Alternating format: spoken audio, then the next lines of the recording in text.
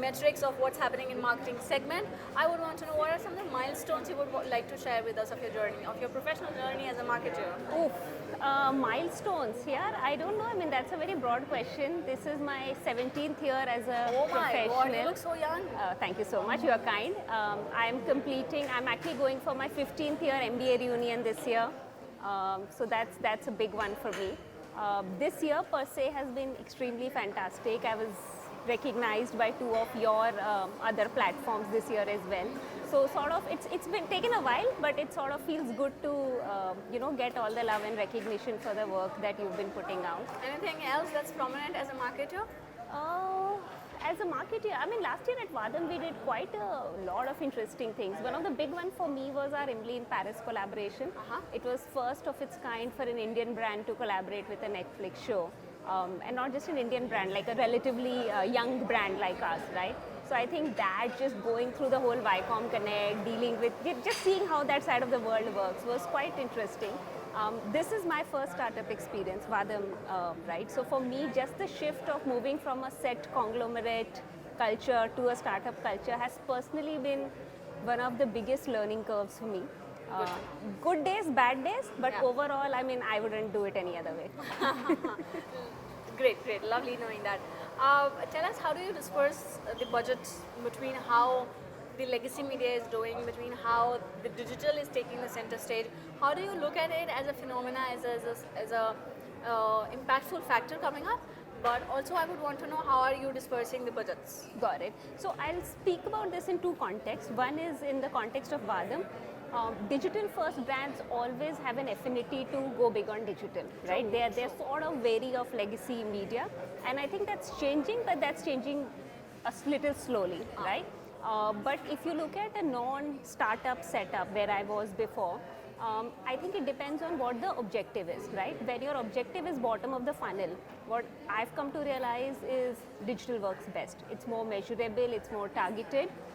But the minute you feel like your bottom of the funnel is getting exhausted and you really need to go out and reach a new segment altogether, or you need to go out and make big announcement about a new product altogether, I think that's when traditional media is still the go-to medium.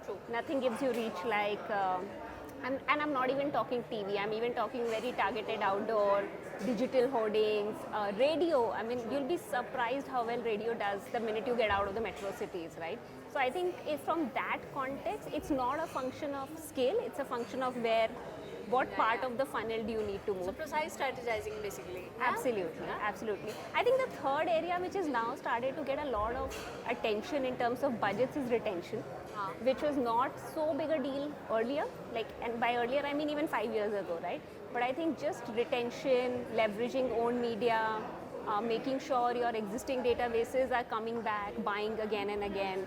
I was in an insurance brand before this, right? Retention is the biggest metric in insurance, right? I mean, if your customer doesn't renew the policy, you're doomed. So I think I've also started realizing that there's a third line. There is awareness, there is conversion, and there is retention, which is now becoming significant for most brands. I would say upward of 20-25%. Good to know, good to know. Can you talk a little bit on how technology is coming into play? Whereas we know that it's very nascent in age, if you talk about Gen AI, it's very naive still. People are kind of playing with it here and there. But what are some of the potential challenges of leveraging AI in the role of CMO? Authenticity, right? Because if the content that AI is generating for you, and right now I'm talking about written content, is it correct? Right? I think that's the biggest, especially when you're making claims on products, right? When you're rewriting benefits of a certain ingredient, AI will give you content based on what's available on the internet, but is what's available on the internet correct, right? So I think authenticity is a big question mark whenever we're thinking about generative AI. The second one, in my view, would be, how do you not lose your brand voice in an attempt to get AI to write everything? Platforms are getting smarter. They are trying to understand your brand tonality and then write for you. But for example, if let's say I want to write an Instagram post, right? You'll end up seeing that it will end up using either even simple things like the kind of icons they would use is not, probably will not fall in line with your brand voice, right? So I think for me the second challenge is how do you really make sure you are still you while Gen AI is creating content for you.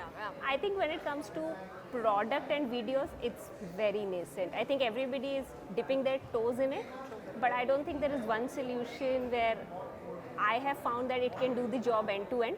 It can still only do part of the job. Maybe we can expect it 10 years down the line. No, Maybe no, I'm no. not too I sure, think but it's one of my favorite examples, right? I always quote it that the speed of imagination to reality in technology is crashing by the minute, right?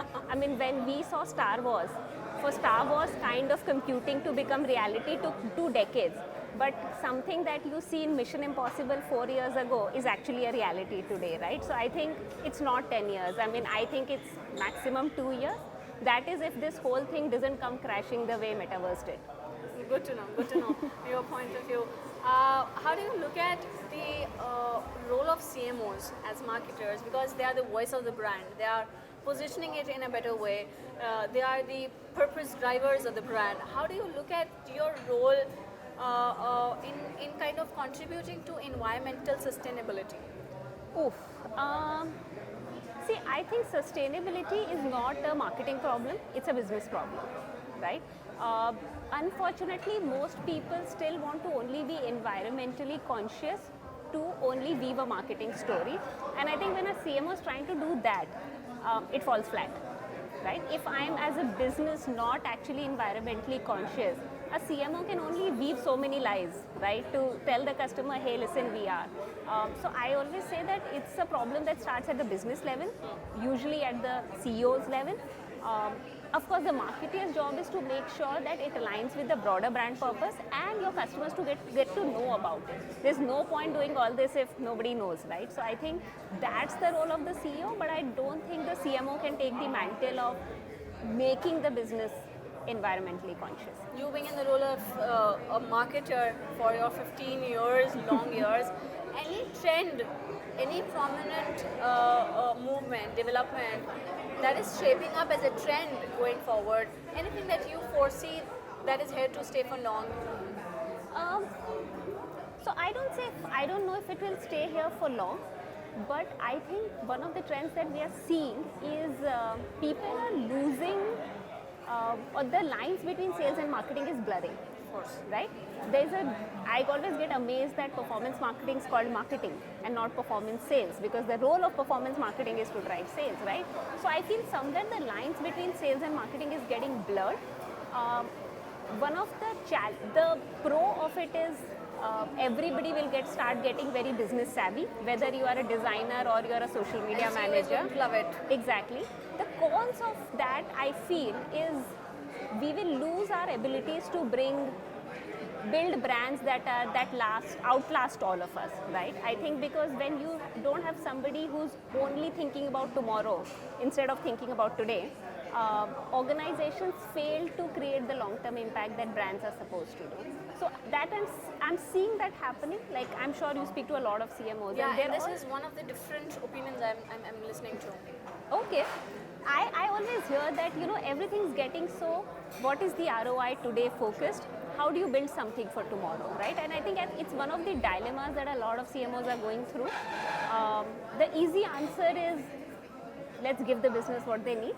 But I feel in that we will lose our ability to build long-lasting brands that the customers truly love, right? Yeah, So, understood. How would, in your sense, this award would kind of add value to your journey, to your plans going ahead? See, Business World is such a prestigious name. I think the biggest thing it will do is, for the first time, my dad will feel I'm doing something right. Because every long years. it's a father is always a father, right? Because he's always wondering, are his kids on the right track? So I definitely, because it's one of those names that he recognizes, he's known it, right? So I think it's finally will answer him that yes, I must be doing something right. I think the second thing is, for me, I've realized that, while I'm a very self-motivated person, this sort of puts me in a little bit of out of my comfort zone of saying, hey, listen, self-motivation is not enough. Now I need to really gear it up and make sure I'm worthy of what I'm being given. So yeah, I think that would be the second more philosophical change that I hope it brings in my life. Good to know. Congratulations. Thank once you again. so much. Thank you so much for joining in.